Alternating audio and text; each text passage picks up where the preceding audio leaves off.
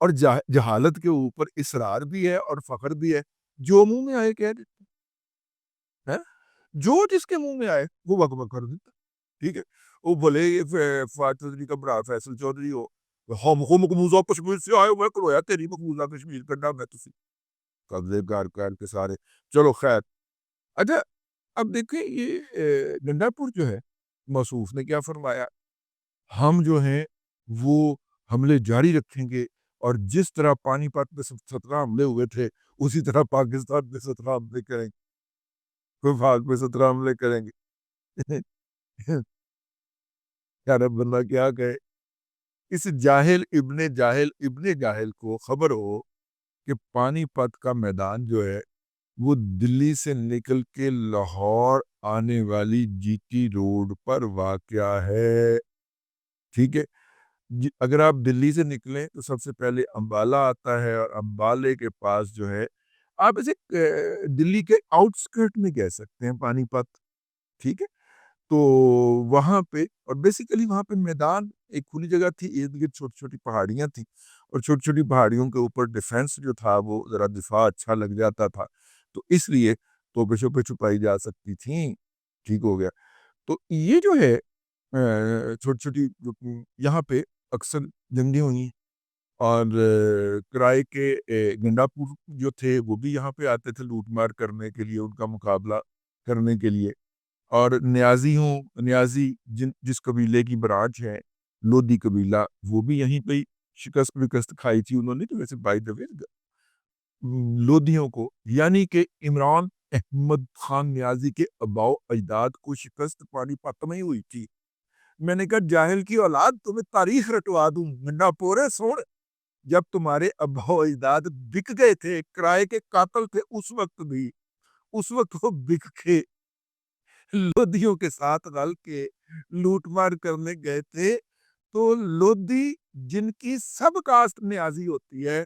ان کو بھی پانی پت کے اندر ہی پانی پلا پلا کے مارا گیا تھا۔ جاہل کیا مثال دی ہے تم نے۔ اور دوسری بات یہ ہے کہ محمود غزنوی نے 17 حملے کیے تھے سومناتھ کے اوپر، اور ابھی گوگل کو پوچھ لیں سومناتھ کہاں واقع، سومناتھ ممبئی کے پاس واقع ہے۔ اب دلی اور ممبئی کا فاصلہ ماپ لیجئے کہ میرا خیال ہے کہ 1000 کلومیٹر سے زیادہ ہی ہوگا، ٹھیک ہے، یہ جاہل کا بچہ، یہ گنڈا پور جس کی آواز بھی انسانوں جیسی نہیں،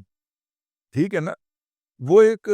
ڈپٹی سپیکر تھا نا، کیا نام تھا اس کا یار، ڈپٹی سپیکر کو سوری تھا، ٹھیک ہے نا،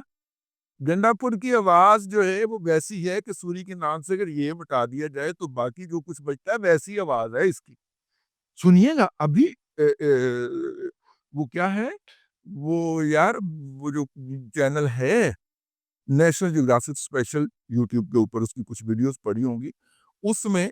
اس کی آواز نکال کے سن لیں، اگر گنڈا پور سے الگ ہو، میں جو کہیں گے دینے دار اس جیسی آواز ہے اس کی،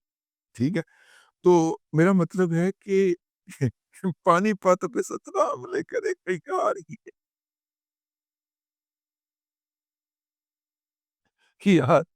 جب یہ سینس بٹ رہی تھی، یہ یوتھر کہاں تھے یار، لیکن اصل مسئلہ یہ نہیں ہے کہ ان کے منہ میں جو کچھ آتا ہے یہ کہہ دیتے ہیں، ان کا قائد جو ہے وہ جرمنی اور جاپان کی صورت میں لگ گیا، وہ روحانیت میں لا گیا، نبوت کا دعویٰ کر گیا، ٹھیک ہے، بلکہ اپنے آپ کو اللہ سے بڑا قرار دے گیا، جو منہ میں آئے بکواس کر دے، سامنے جولا کی ایک جو ہے وہ پوری ایک امت بٹھائی ہوتی ہے، اور وہ اس کے اوپر تالیاں مارنے کے لیے بیٹھے ہوتے ہیں۔ بہرحال میں نے کہا کہ جو ان کی جہالت ہے اور جس طرح کے کلیم ہیں وہ ان اٹینڈڈ تو نہیں آنے چاہیے نا؟ کیا خیال ہے؟ اور ابھی میں سن رہا تھا ایک خاتون مردانہ گالیاں دے کے ان کی سپیس کے اندر، اور وہ کہہ رہی تھی کہ نکلو، مارو، مر جاؤ، آگ لگا دو، بھی شیخ سیدھا ٹلی یاد ہے۔ وہ خاتون جو تھی وہ کوئی نسرین کینچی جیسی کوئی چیز تھی، لیکن تھی امریکہ سے میرا خیال، تو وہ کہہ رہی تھی کہ سارے یوتھر نکلیں، باہر نکلیں، حسن ایوب کو قتل کر دیں، اور بھی جڑا سامنے آئے ان کو قتل کر دیں، ان کو قتل کر کے لٹکا دیں۔ یار یہ کیا لوگ ہیں یار، یہ کہاں پہ بستے ہیں؟ ایسی مخلوق دنیا میں کہاں پہ بستی ہے ایمان سے؟ میرا ارادہ ہے ایمان سے اب امریکہ کا ویزا لگوانا پڑے گا جا کے۔ امریکہ کے ویزے سے مجھے یاد آیا، وہاں سے ایک صاحب کا فون آیا، افتخار ان کا نام ہے، افتخار درپن یا اس طرح کا نام ہے۔ انہوں نے کہا کہ اب بہت ہو گئی، ہم جو نان پی ٹی آئی لوگ ہیں ہم بھی اب آرگنائز ہونے لگے ہیں، اور وہ کوئی علاقہ بھی انہوں نے بتایا امریکہ کا وہاں پہ، اور ہم ان کے مقابلے کے اندر سینیٹر سے کانگریسمین سے بھی کریں گے رابطے اور مظاہرے بھی کریں گے۔ چلیے افتخار صاحب، ہم نے آپ کا پیغام جو ہے وہ آپ کے ہم وطنوں تک پہنچا دیا، کرتے ہمیں دیکھتے وہ کام ہی ہے۔ اب تک کے لیے اتنا ہی، اگلے ولاگ کے اندر پھر حاضری ہوگی۔ اللہ تبارک و تعالیٰ آپ کو آسانی عطا کرے اور آسانیاں خلق خدا میں تقسیم کرنے کی توفیق عطا کرے۔